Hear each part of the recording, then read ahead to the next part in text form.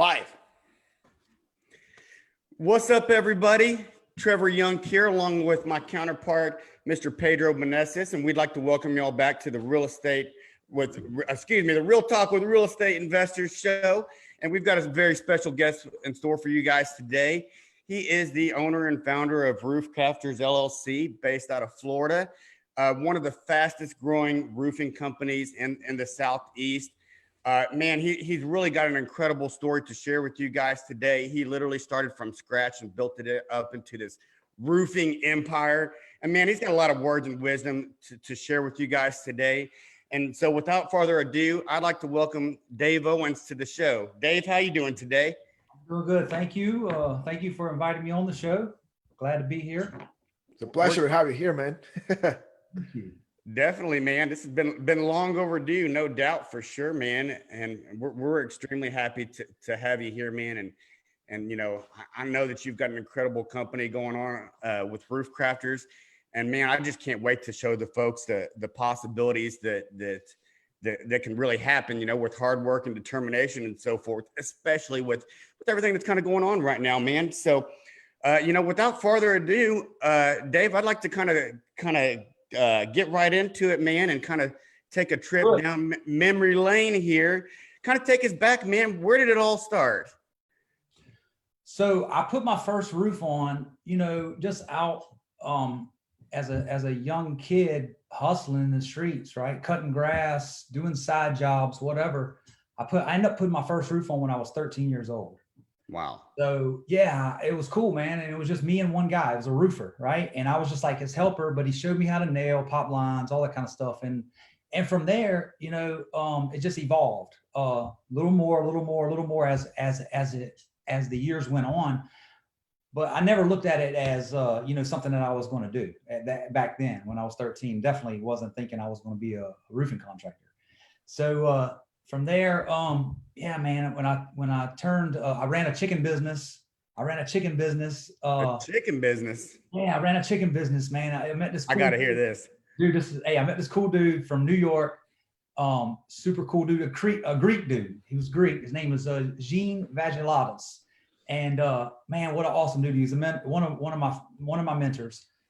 And I had just dropped out of high school, and I was running he hired me, and I was delivering chicken, selling chicken. It was just me and him, 2-man operation. And I was going to go back to school, and he's like, dude, you don't need to go back to school, man. I'm going to show you everything you need to know, right? I'm going to teach you what you need to know. So I just hung out with him for a couple years, man. And you know, when I met him, he was doing $5,000 a week in sales. We sold chicken to restaurants and hotels. Okay. Right? When I left him, we were doing $90,000 a week. Shit. Wow. When I started my roofing company, he didn't know what was going on. I was running the chicken company. He had taught me little by little, do this, order this, do this. And then I took it from there. I put in the work. I took it from there, and like, he was basically in the back seat. He didn't even know what was going on in the business. Like I was completely running his operation. So from there, I went and you know, went back into the roof, and I was doing some roofing jobs on the side on the weekends, and I decided to, you know, dive in it for myself.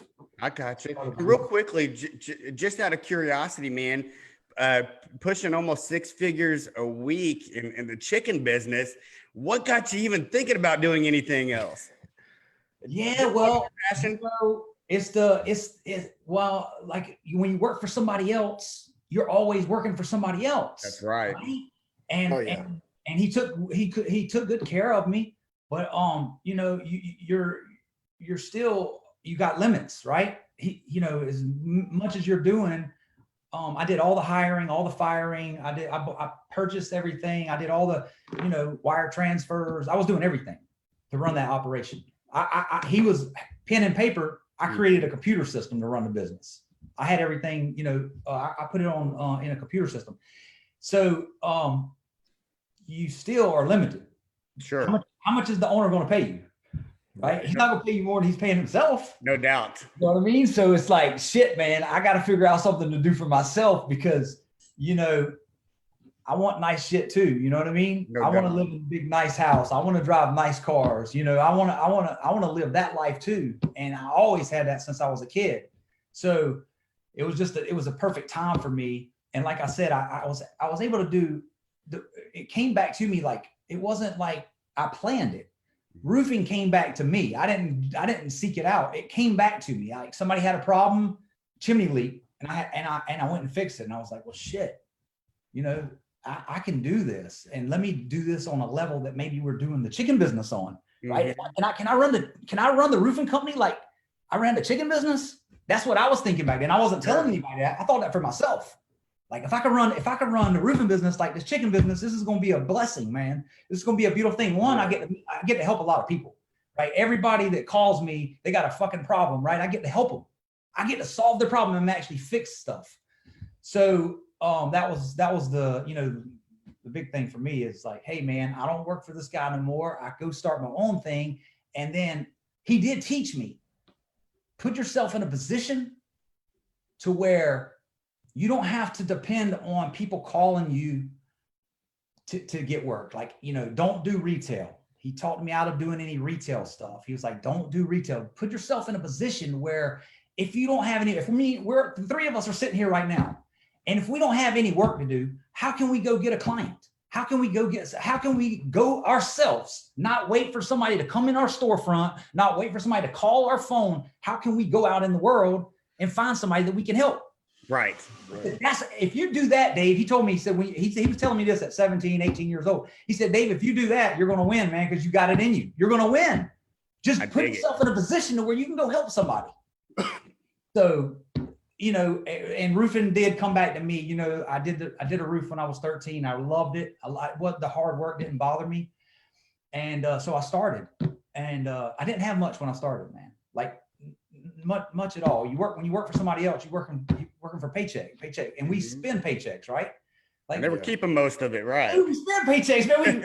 We had light bills and mortgages and shit, man. So we spend the paychecks, man. You got to make more than paychecks, man, to become wealthy, right? We have to make more than a paycheck. Paychecks, right. You're going to go buy the car, you're going to go buy the house, you're going to buy this, and your paycheck's gone. So, so he taught me that too. You know, you got to make money. The money's got to come in lump sums and not just consistent lump sums, right? Like, it's got to come in rapid. So he gave you some pretty impressive business fundamentals to go on and get the roofing business started. Yeah. And he, you know, and I had all the stories from when he ran a business in New York that was he did 250,000 a week. Right. And so I got to hear all those stories. That was a lot of lessons, man. Like, listening to stories about this guy running a $250,000 business back in the 70s and 80s. He was running this business. And here I am at 17 hearing this stuff. And now I'm starting to go, well, shit, this man was making $10,000 a week back in the 70s. You know what I mean? Wow. That's becoming wealthy. You know what I mean? Like, that's how it compounds. Like, you can't make, you know, $500,000 a week and become wealthy. You're going to spend the shit out of all that money. Like, you're not going to save any money. Like, who's saving that? You're right. I started looking at that, and that's what really pushed me to go my own direction. You know what I mean? Right. I came to that place where, like, look, I love this guy. I still love him. You know, he's 85 years old now. He's you know, I love the man, but it's just, you know, at some point, you know, you gotta break ties and go, hey man, this was great. This was a great part of my life, and I appreciate everything you've done for me, but I'm gonna go try something for myself. You know what I mean? I'm gonna go try something for myself. And that's what I did, man. I went out on my own, and I was 20 years old. Hell, I had my son when I was 20. So I had a newborn baby, and I started a roofing company with little of nothing. Like, literally, man, living paycheck to paycheck and starting a roofing company. And the first year in business, like, I didn't do any roofs, like whole jobs, no roofs. I just did repair work. People would call me and they had leaks, skylight leak, a chimney leak, a pipe leak, this flat roof leaking. And it took until my third year till I started, like, getting into, like, doing complete roofs. And I'm just curious too, you know, because I think a lot of the folks that are listening to your story right now are probably, you know, there's a good chance you're in a similar situation. Maybe not a whole lot of money, a whole lot of cash on hand, maybe not all of the equipment that they need, maybe not all the resources that they need. When you're in that type of situation, you know, number one, how do you say, hey, listen, you know, I'm going to push forward even though I don't have all of this? And then number two, what did you do to overcome those smaller obstacles there? Because you didn't have employees, you didn't have a truck, you didn't have the cash. How were folks finding out about you? We gotta continue this even right now. We gotta build real relationships, right? We've got to build real relationships, and building relationships is more important than marketing, right? We have to market. So I marketed when I started the business. I marketed, but building the relationships is how I got it started. I meet you, I meet Pedro, and then like I know Dave, he can do this. Dave can do the roof, and the more relationships that you build, to build relationships costs you zero. It's just time. It's your time. You put in your time, and you just go and you build relationships, and that's the foundation. You start building really strong relationships and taking care of people, and it comes back, right? Right. It continues to come back. And people who are investing and putting in the time building those relationships right now, when you look at the bigger picture, and so we got like 120,000 roofing contractors in the United States right now, something like that, maybe more. That was the last time I looked. And we ride. I leave my house and I ride and I see roofers doing roofs, right? And I didn't get to bid those jobs, right? I didn't even get to bid them. And I used to ask myself, back when I first started, I was like, well, shit, why didn't they call me? You know, why? Right. And it took me to figure this shit out, man. Like people do business with people they know, they like, you know, people that they know. And so it don't matter how much you spend in marketing, you're not going to get my calls. Like if I'm in Dallas, man, you're going to call me to do your roof. If I live in Dallas, we know each other. You're going to call me, and the guy's spending hundreds of thousands of dollars for ads and marketing and all that kind of stuff, not getting any calls. Mm-hmm. You're not getting any calls. You're not getting those calls. You're not getting my calls, right? So that's something that I really learned. Like you got to build your business. You got to build your book. You got to build it. And it takes building like real relationships to build that book. So to build those relationships, you know, physically, as far as the steps that you were taking, were you out there kind of old school, banging on doors, introducing yourself, saying, hey, I'm Dave. This is what I do. Driving that truck, pulling up on job sites. I see something going on. I see anything going on. I'm pulling up. Hey, what you got? You got a roofer yet? You got somebody to do this roof? I'm talking to everybody. And if they say, yeah, I got somebody cool, well, keep me in mind on the next one, right? I hope he does a great job for you. And if you have any problems, keep me in mind for the next one. And I just made another relationship. I got their information. I'm able to contact them. I'm able to stay in they see me in the community. So that's exactly what I'm talking about. That cost us nothing. That cost us gas to drive around in time. So building real relationships was one of the keys in growth, right? But even now it's easier to build those relationships with social media. You know, like I think we all here in this call we can agree that we have learned how to build those relationships on social media the same way you were building those relationships years ago, right? Faster. It's easier and faster. All it did is speed up. You can do the same thing. You're exactly right. We have the opportunity if you have to put into work, right? You can't show up here on social media and be a jackass, right? You can't show up and not be you got to show up and put in the work to do it, right? And it's faster. You can build the relationships. You can make the connections that you need. And like I said, it's a lot faster if you do the work. Mm-hmm. You can't escape the work, right? You know, work required, no doubt. So you were saying that it took about, I guess, almost 3 years before you kind of felt like you were starting to get a little bit of traction, right? Okay, before leading up until then, it was grind, right? The first 3 years, yeah, man. The first 3 years was the first year I did $180,000. My first year in business, I did $180,000, and I was like, man, and I didn't do any roofs. I just, like I said, I didn't do any roofs. And this is what I learned from that. The second year I didn't do very many, and it was more towards the end of the year before I started, and I was bidding them. So keep in mind, people are figuring out that I'm out here doing it. I'm out here and I'm turning in bids to do these roofs, but they're not hiring me, right?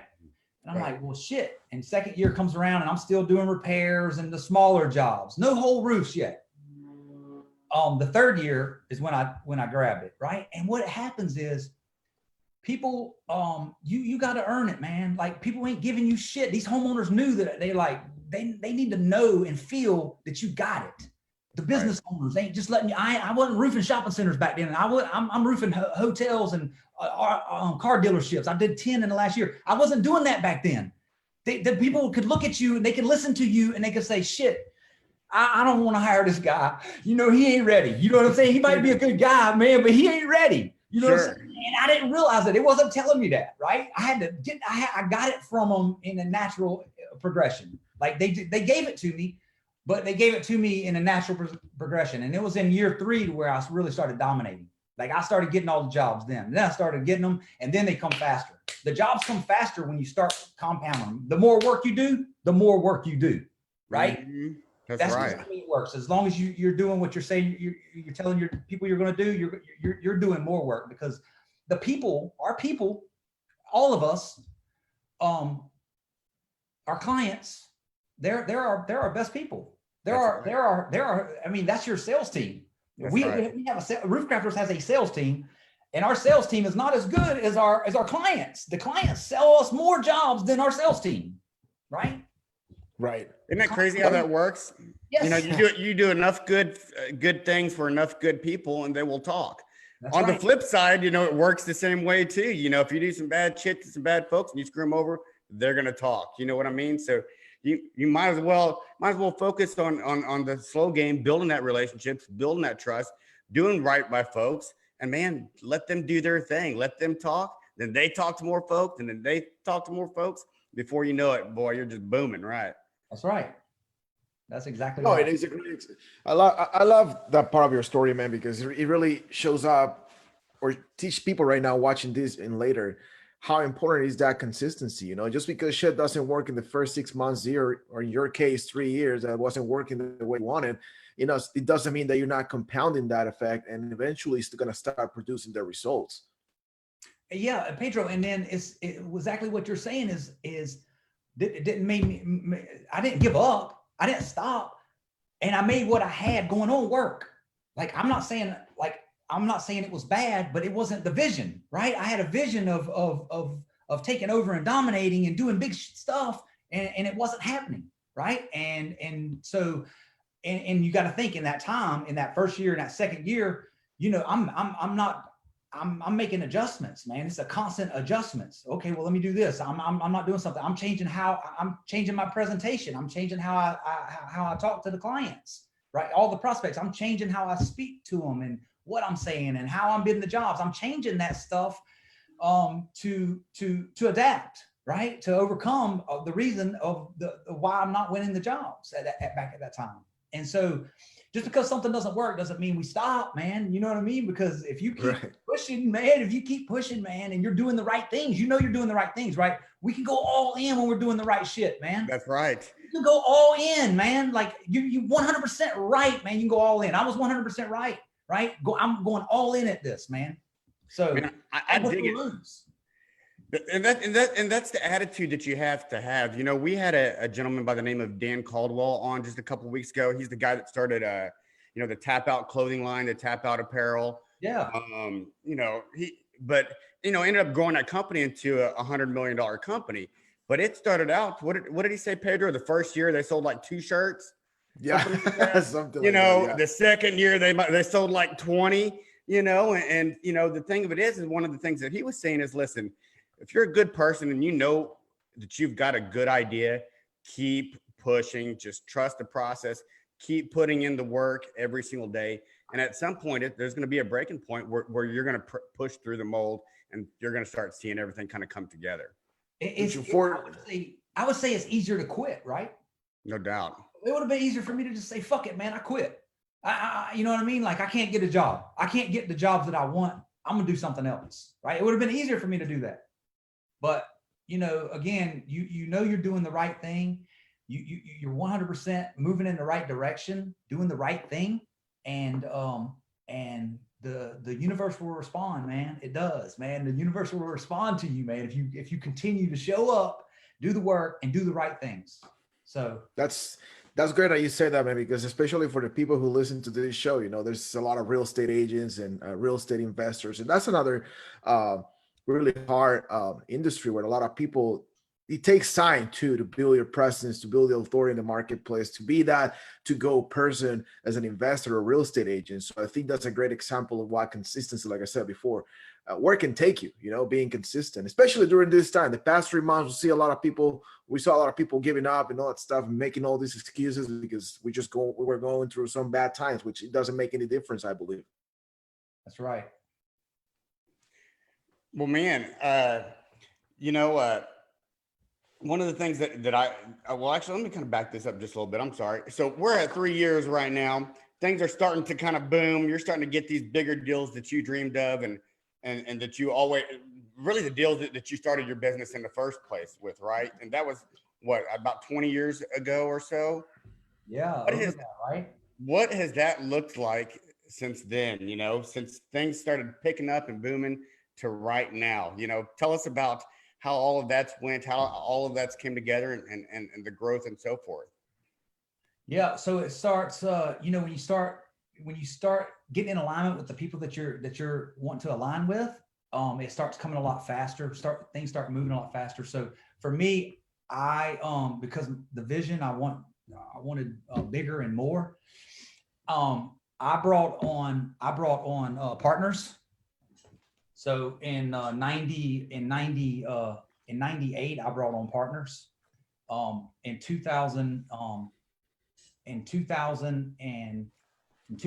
98 to 2014, I had partners in the business.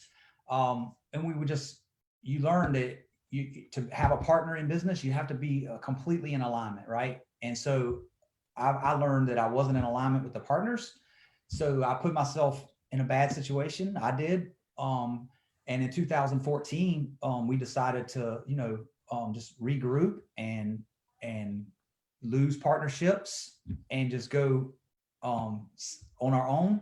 And it's been amazing, right? Since then, it's been absolutely amazing. I mean, we done a lot of roofs in these years, man. We have a lot of roofs done, right? I mean, but with the partners, I was doing 8 figures in 2013 when I dissolved the partnerships. We were over 8 figures, right, a year. So we dissolved that and basically just start over from scratch with, you know, when you alleviate partnerships, you basically starting over, and that's what it looked like. It's just completely starting over. Now, just a quick question, you know, with regards to that. If you could go back and do things over again, would you have stayed on your own and maybe not pursued that partnership? Or do you feel like maybe that there was a right partner out there and that these folks just maybe were not the right ones? Well, that's a loaded question, man, because hey, I've been through it, right? Sure. So that question that one there is packed up, man. But you know, going back, we always could change things. Technically I wouldn't change things because I am who I am, and I'm sitting here right now, and we built the business.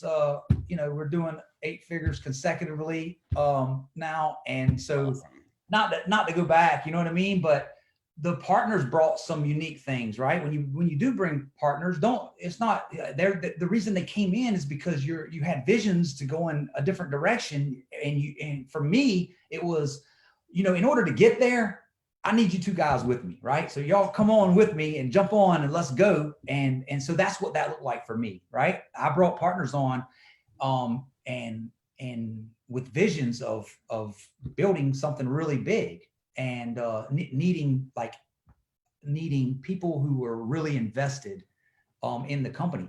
If you're invested in a company, that doesn't mean that we're in alignment, right? That doesn't mean that we have the same core values. That doesn't mean that we want to run the business the same way.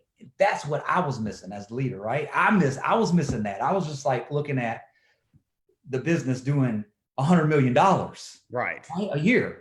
And to do that, I need you guys, right? We need to form a partnership, and like, so you can run some part of it, I can run the other part of it. It's a lot of moving parts in roofing, right? And especially when you're talking about doing that kind of money.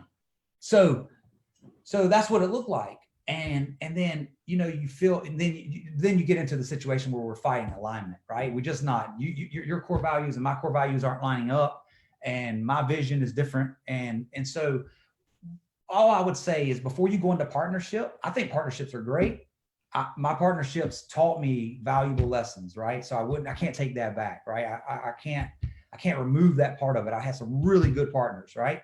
And so I would just say to, like, really make sure you're in alignment with the person that you're going to go in partnership with, right? Because dude, man, you spend a lot of damn time, man. Like, when you partners with somebody, shit, you with them more than you with your wife. That's right. So, man, you better like really be like connected to yeah, that's a $1 million business, man. And you got employees and you're pushing pieces and shit all over the place, right? You better be connected, man. They need to start some sort of, like, you know, something similar to like a dating site, but a partnership site, you know, where you can kind of filter through the BS and connect with the right people. You know what I mean? Damn right, man. Put all the shit on there, everything you like, what you don't like, all that stuff, man. Oh yeah. That might make things easier for people trying to find partners out there. A great idea. Partners, you can look at it two ways, right? I've been in both situations now, right? And if you're asking me now, I'm like, fuck the partners, right? You asking me now, but if you asked me back then, I was all about the partners, man. I went from one partner to another, you know what I mean? And then got two more, you know, I brought partners in. So I had a nice period of partnerships. And again, if me and you start a business, man, I'm going to bring something and you're going to bring something. We're going to bring something different, man. We're not bringing the exact same thing. That's not a partnership. Partnerships don't bring the exact same thing. Why do we want to be partners if we're going to bring the same piece to the table? You're right.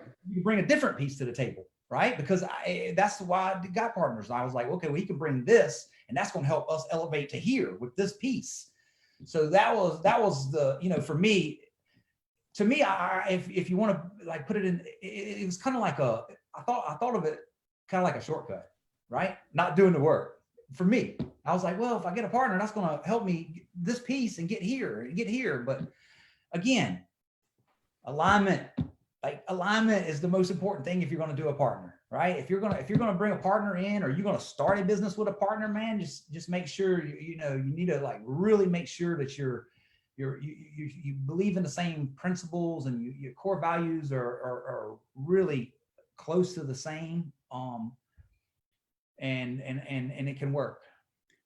I couldn't agree. And to kind of go along with that as well, I think a lot of it has to do with building your team for your business as well, and making sure that you've got different components, different good people that believe in your core values and that represent your business in the way that you want it represented, so that you can continue to scale out as well. And I know that, man, you've came a long ways from being a one-man show to 100+ employees.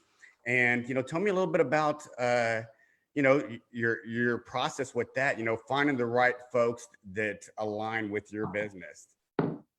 Well, so part of revamping in 2014, that was a big turning point, you know what I mean? To like finally be like yourself, and it's your core values, and it's your vision, and it's your direction, and you're steering the ship by yourself now. And you're not having to worry about appeasing other people and all that kind of stuff. So it was a relief. It was a lot more work, right? Because, you know, you do that kind of revenue, and your partner's like helping. So now when you run a one-man show, you're putting a lot of the work on yourself. In 2014 is when Nicole came into the business, and that was like really what transcended us as a company. And you know, we were building the business in 2014 from a different perspective. For us, we were building it different than what I ran it all the years before. All the stuff that I did before, in 2014, what she brings to the table is all the things that I sucked at, man, right? Like, you know, I'm good at roofing, man. You know, you want a roof? I'm really good at roofing, man. I'm really good at flashing and, you know, commercial roofing, and I'm good at roofing. What I'm not good at is I don't like getting permits. You know what I mean? So I'm an outlaw roofer, no permits and stuff like that. I'm not good at IRS stuff. I'm not good at bookkeeping. I'm not good at, you know, I'm not good at this side. Well, what in roofing, to run a roofing business, you got to be really good over here, man. This side of the business, you got to be really good at. You can be a really good roofer, man, and fail. You could be the best roofer in the country and fail, because it takes all this shit to run the business. So when she came in, that she took over the business side of it, right? Licenses, permits, bookkeeping, all that stuff, and allowed me to focus on roofing, building teams, culture, core values, bringing people in, right? It allowed me to focus on that part of it. And even at that, man, you know, we built it up fast. Because, you know, again, it's like starting over when you dissolve partnerships, but you still have people, right? You still have relationships. Right. So even though we start over, you don't go back to zero. You know, you don't drop back to zero when you start over, because I still have all my people that I've taken care of that are still looking for me to take care of them when they're in need. So it's not like a complete do-over. It's just like a regrouping. So we moved fast, and I tell you, man, that this is what led me into self-development and stuff in 2014 and 15, dude. We went up fast in revenue, and dude, I was ready to burn this shit down, right? You get to a point like, fuck this roofing shit, man. I'm running trucks everywhere, guys, crews, order materials. I'm doing all this stuff, man. And it's just like, fuck this. I'd just rather do just one little roof a day, right? You get to a point, man, I just rather do just one. I can control 1 or 2 crews easy. I don't need 10 crews running. So that led us into, you know, personal development. You know, we hired a mentor, and started working on self. And that has been the change. I am from 2016 to today. That's what it is. You know what I mean? Man, I dig that, you know, and for the folks that are listening too, I hope that they're hearing that, is that, man, you know, you don't have to go through all these trials and tribulations alone. In fact, the best thing to do is find somebody that has what you want and reach out, you know, partner with them, you know, pick their brain a little bit, you know, ask them, you know, questions, you know, like you said earlier, you know, surround yourself with the right type of folks, you know what I mean, that either have what you want or you know, or want what you want, you know what I mean? And so that you can brainstorm and partner together to really climb that ladder. Yeah, Trevor, I'll tell you this. So what I was really lacking and I was really failing at was, you know, because I just felt like I could just make it happen in roofing, right? I hustled my ass off to get us to this point, right? And I just felt like I had enough hustle to do it. And so I really missed the part, and I wish I would have learned it earlier. I didn't, but I'm grateful that I learned it now, is that I thought the entire time that I could like control all that shit, and I can run the roofing business, and I can make it happen, and I can build it. And I was in control of that. And what I really learned was, like, the roofing business is only going to go as far as I go, and it's only going to get as big as I can get. Right. And so where I thought I was pushing the roofing business, right? The roofing business, you know, is following me. If when I level up, the roofing business can level up. If I level down, the roofing business is going to level down with me. That's just the way it goes. And that's part of wanting to burn shit down. That's leveling down. When you say, fuck it, man, I don't give a shit. And you're like, I don't care about the shit no more. You're leveling down now, right? You reach that thermostat where it's too much for you. It's too much. And then we self-sabotage, right? That's when we start self-sabotaging. You know what I mean? Whatever that may be, for everybody, it's something different, man. Maybe you're drinking too much. Maybe you're doing this, that. It's all kind of different things. And we do that to ourselves as entrepreneurs. We do it to ourselves. And I'm not the only one. I've talked to other people now, and I know I'm not the only one. We self-sabotage. So the business actually follows you, right? So you have to work on yourself first. You have to work on yourself first. And when you work on yourself first, the business follows you, right? The business follows you. And when you get right, the business gets right. You know, when you get right, you know, the culture in your business is really good. You're completely right. You know, I'm it's curious that you mentioned that, because for the past few months, I realized that I wasn't working on myself. I was working on the business side, you know, like I was trying to build a business and learning new stuff about business, but I forgot about myself, and my mind just started going away. Like I wasn't focused. I wasn't really practicing the gratitude and all that kind of stuff that we have learned. And until a few weeks ago, 2 or 3 weeks ago, I decided like, okay, fuck this. I finished to read the last business book that I was reading, and I just been reading some self-development stuff at this point right now to just change my mind on everything, you know, and things are changing. So Right. Yeah. And it took me to learn that, man. I didn't know that. And I started, you know, once I got like encouraged to, shown to, like, we have to work on, you know, the G code, right? Same thing. 4 F's, right? The core 4, all that. It's the same, right? We got to work on our relationships. We got to work on our fitness. We got to work on our finances, and we got to work on our faith, inspiration, whatever it is that you believe in. You got to put in work. And most of us, I would say, the people that I know, they dump a bunch of energy into the business, right? And that's what I was doing. All my energy was going into business. There wasn't shit left, you know, in the tank for the relationships.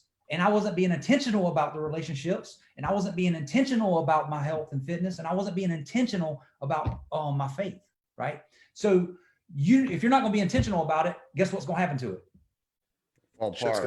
It's going to fall apart, man. You know, it's going to fall apart, and you're going to have a fucking business that you want to burn the fuck down. I can promise you, because I had it, right? I've had it a couple of times. Nicole's like, dude, we ain't burning this shit down. we ain't, Thank God for her, right? We're not gonna blow it up. Just calm down. We're not gonna blow it up, right? But right. I wanted to do that, man. Like this, like I really wanted to, and you know, and so it doesn't have to be that way.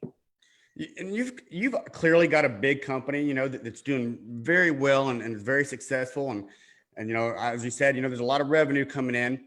Sometimes with more money it leads to more problems and bigger problems, right? You know, I know every single day you and I know, and Pedro knows, and everybody knows there's gonna be some kind of BS that comes your way that you've got to be prepared for, some sort of decision that you're gonna have to make.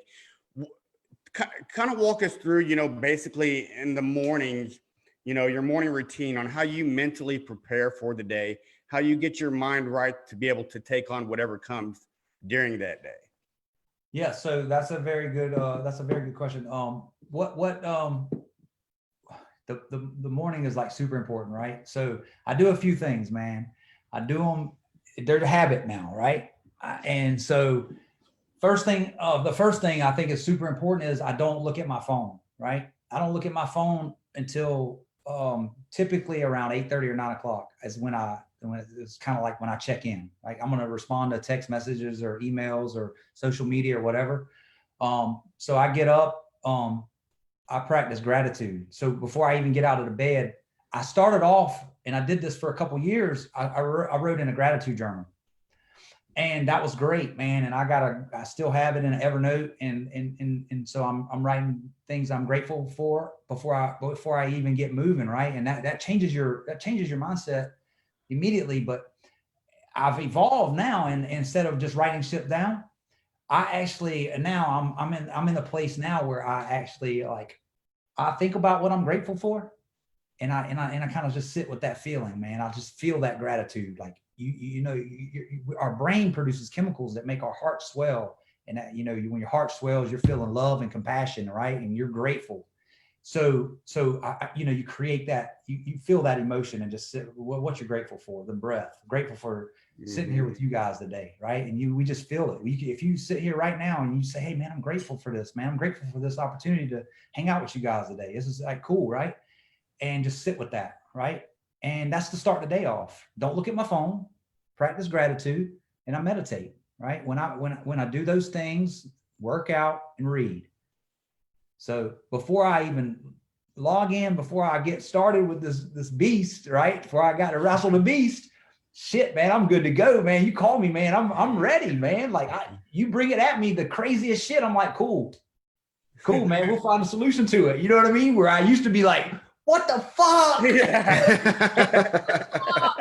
Now I'm like, shit, man, we'll get it, man. Don't worry about it. Shit, man. You know what I mean? We're still breathing.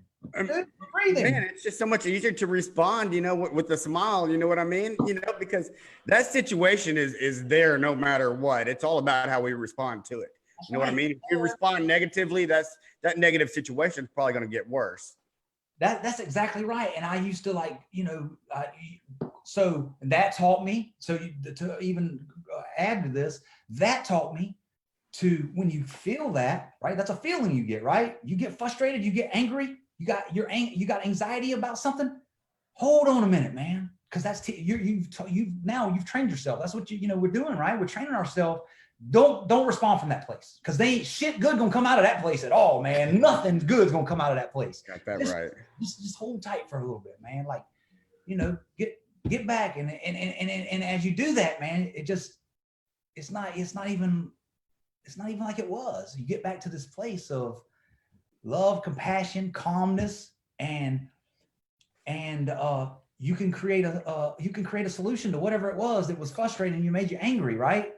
You're not going to create you're probably not going to create a good solution if you're acting from a place of anger and frustration, right? It's nothing going to come out that's going to make that the problem or situation or whatever you're dealing with. Probably nothing's going to come out that's going to make it any better. Right.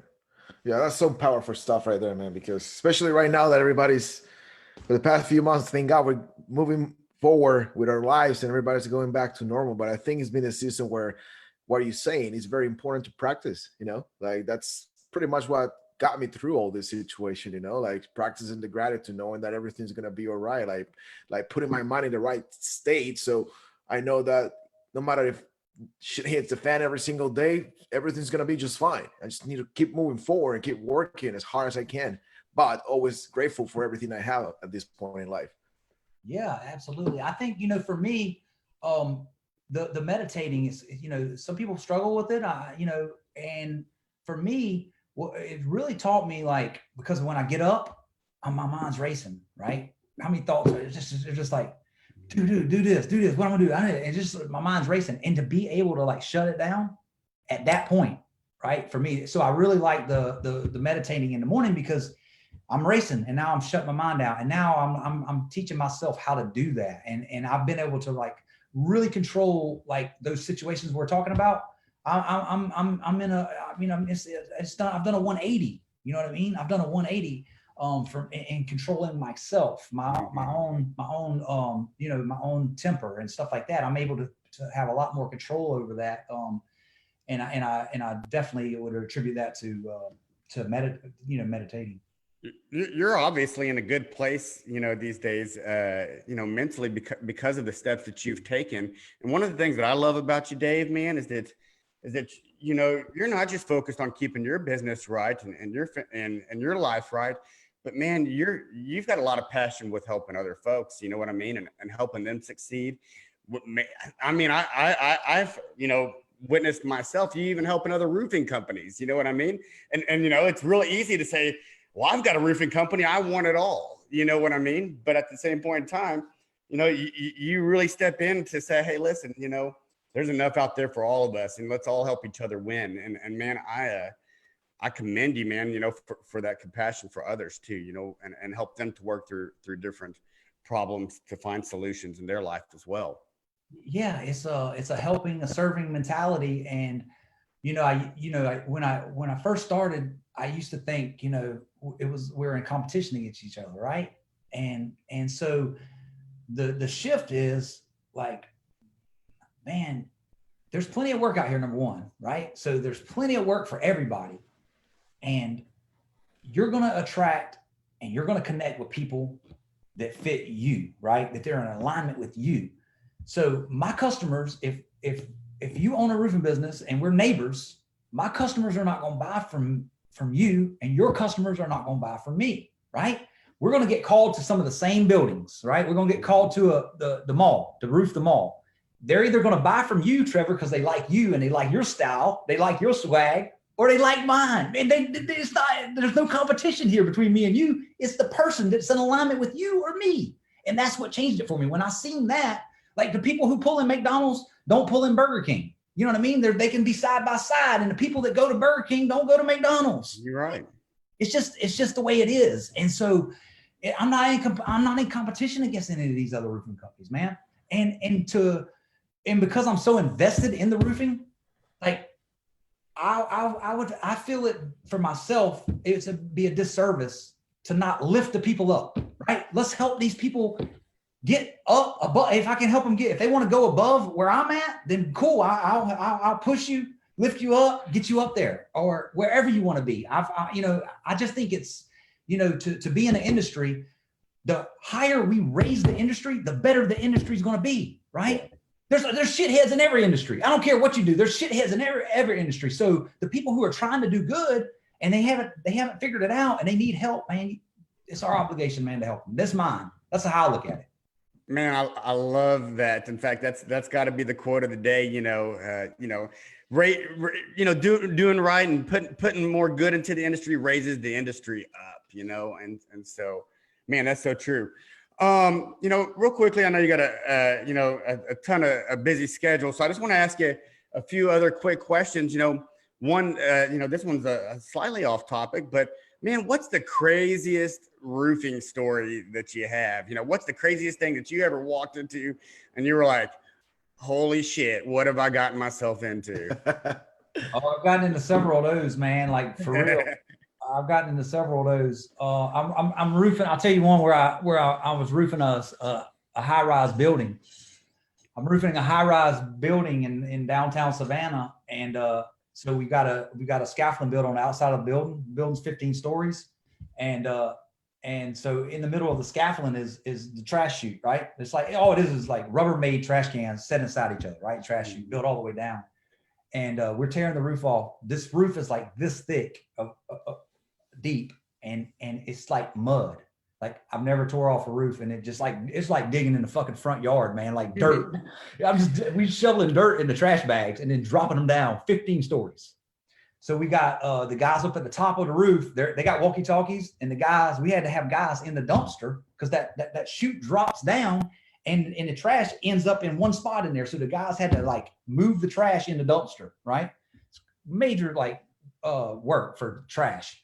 Well, about midway through this job, man, we're tearing off, and the trash chute comes disconnected midways on about the 7th floor, and we're walkie-talkie, drop it. So we were the chute also. We're on a road. It's a one-way street, so the chute also, like we're radioing, making sure there's no traffic, cars. So they're like, "Hey, you're clear," and so we're dropping trash, and then he says, "Hold up, that means there's cars coming or whatnot." Well, guys drop stuff. Chute comes undone. We sprayed a car, like completely sprayed a car. The chute comes disconnected and it's pointing out into the traffic, man. We sprayed a car, so we had to pay for a paint job on a car doing a re-roof. So, yeah, shit's gonna happen, man. Right? I mean, this shit's uncontrollable. I didn't break the chute, man. It just came loose. The lady was super cool. We paid for a new paint job on her car, and we moved forward. I can just imagine looking up and just seeing. Yeah. That's funny. You gotta jump across there and go down there and fix the chute on on the scaffolding. 7 stories. It was 7 stories down. Wow. Poor lady, man. Stuff.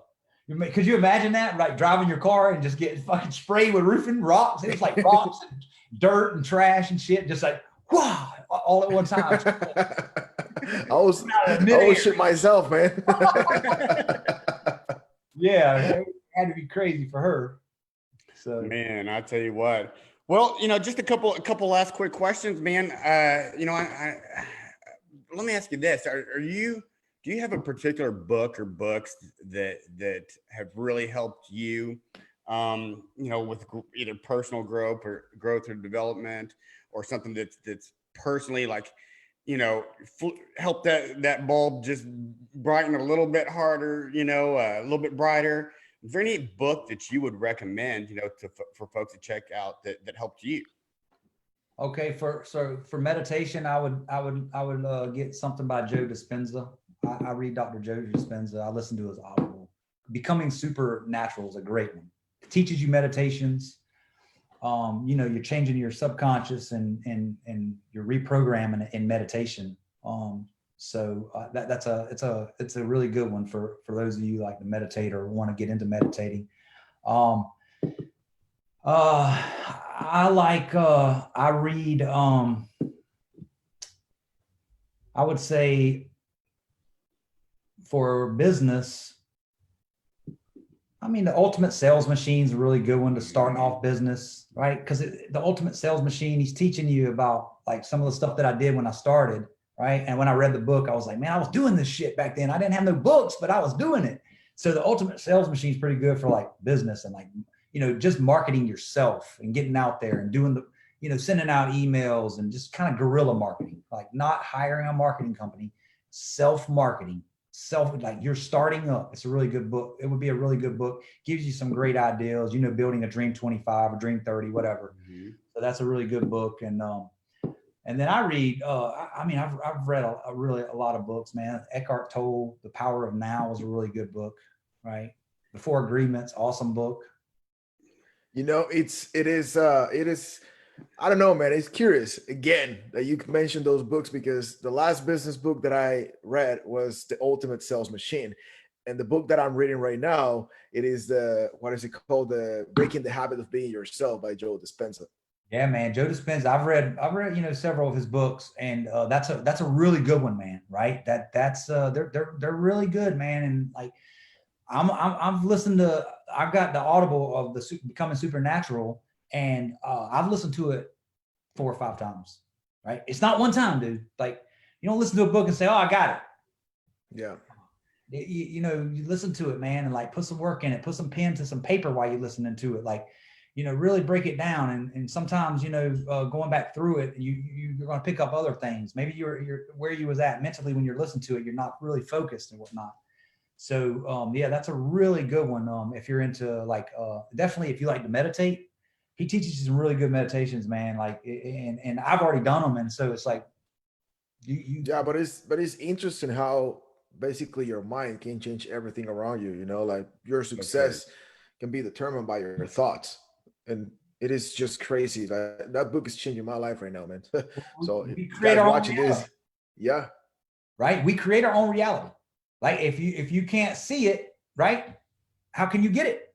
If you can't see it, man, how are you going to get it? You gotta go past the shit that you can see to get it. Like, right. And so the stuff that you can see, man, we're going to get that. You can put in the work to get that stuff. So, you know, you gotta take yourself out some, you know, reprogram it to go places that, you know, that's the, you know, the unforeseen, right?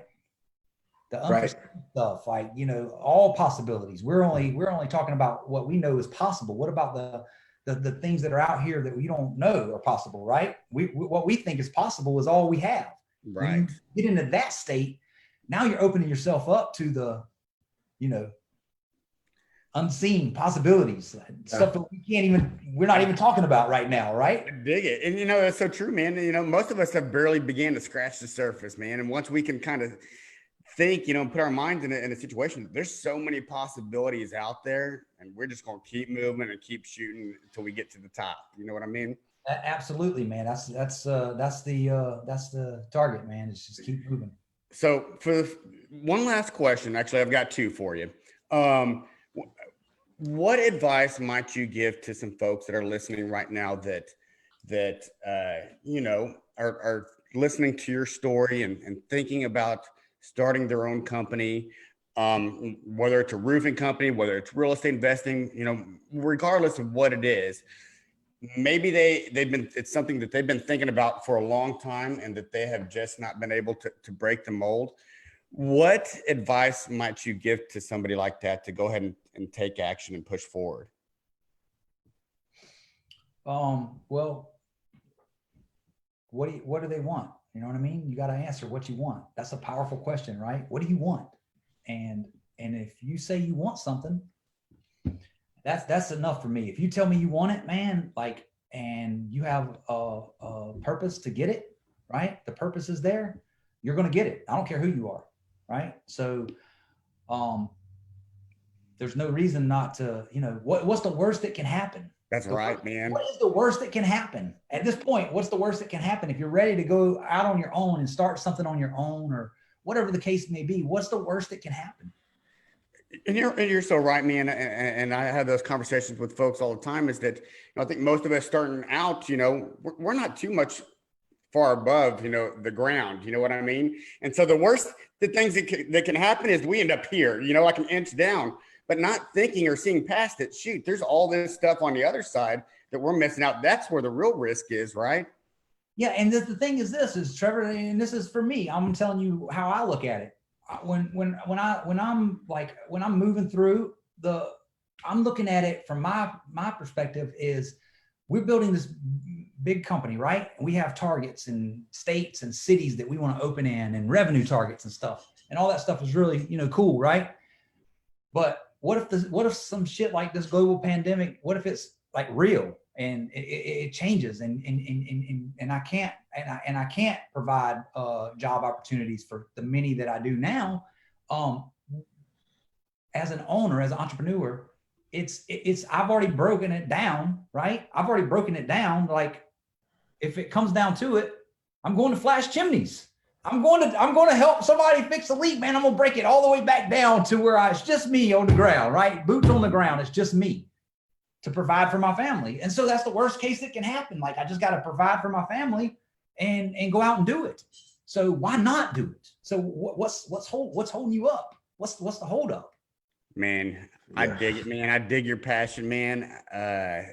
It's obviously taken you a long ways, and man, we're so happy and grateful to have you on the show today to share your wisdom and knowledge with our audience.